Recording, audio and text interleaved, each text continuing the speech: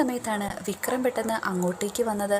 അടുക്കളയിൽ വന്ന് അവിടെ നിൽക്കുന്ന വേദയുടെ കയ്യിൽ പെട്ടെന്ന് തന്നെ കടന്നു പിടിച്ച് അവിടെ നിന്ന് ദേഷ്യത്തോടെ കൂട്ടിക്കൊണ്ടു പോകുന്നു.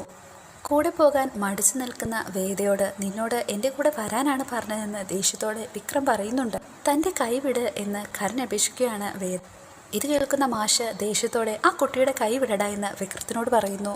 അതിന് മറുപടിയായി വിക്രം, ഇവൾ ഇനി ഈ വീട്ടിൽ നിൽക്കണോ വേണ്ടിയോ എന്ന് ഞാൻ തീരുമാനിച്ചു കൊള്ളാം. ഇതോടുകൂടി ഇന്നത്തെ എപ്പിസോഡ് ഇവിടെ അവസാനിക്കുന്നു. Please like, share and subscribe. അടുക്കളയിൽ നിന്ന് വേദയെ കൂട്ടിക്കൊണ്ടുവന്ന വിക്രം അവളെ വീടിൻ്റെ മുൻപിലെത്തി വീടിന് പുറത്തേക്ക് തള്ളിയിടുകയാണ്. ഇനി നിന്നെയും താങ്ങി ഇങ്ങനെ നടക്കാൻ ഞാൻ തീരുമാനിച്ചിട്ടില്ല, പൊയ്ക്കോളൂ എന്ന് വേദയോട് വിക്രം പറയുന്നു. ഏത് നരകത്തിലേക്ക് വേണമെങ്കിലും നീ പൊയ്ക്കോളൂ.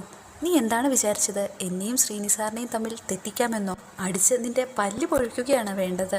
ഇതെല്ലാം കേട്ട് മറുപടിയായി വേദ, നിങ്ങൾക്കിഷ്ടമുള്ള കാര്യങ്ങൾ മാത്രമേ ഞാൻ ചെയ്യാവൂ എന്ന് വാശി പിടിക്കാൻ എന്തധികാരമാണ് നിങ്ങൾക്കുള്ളത്?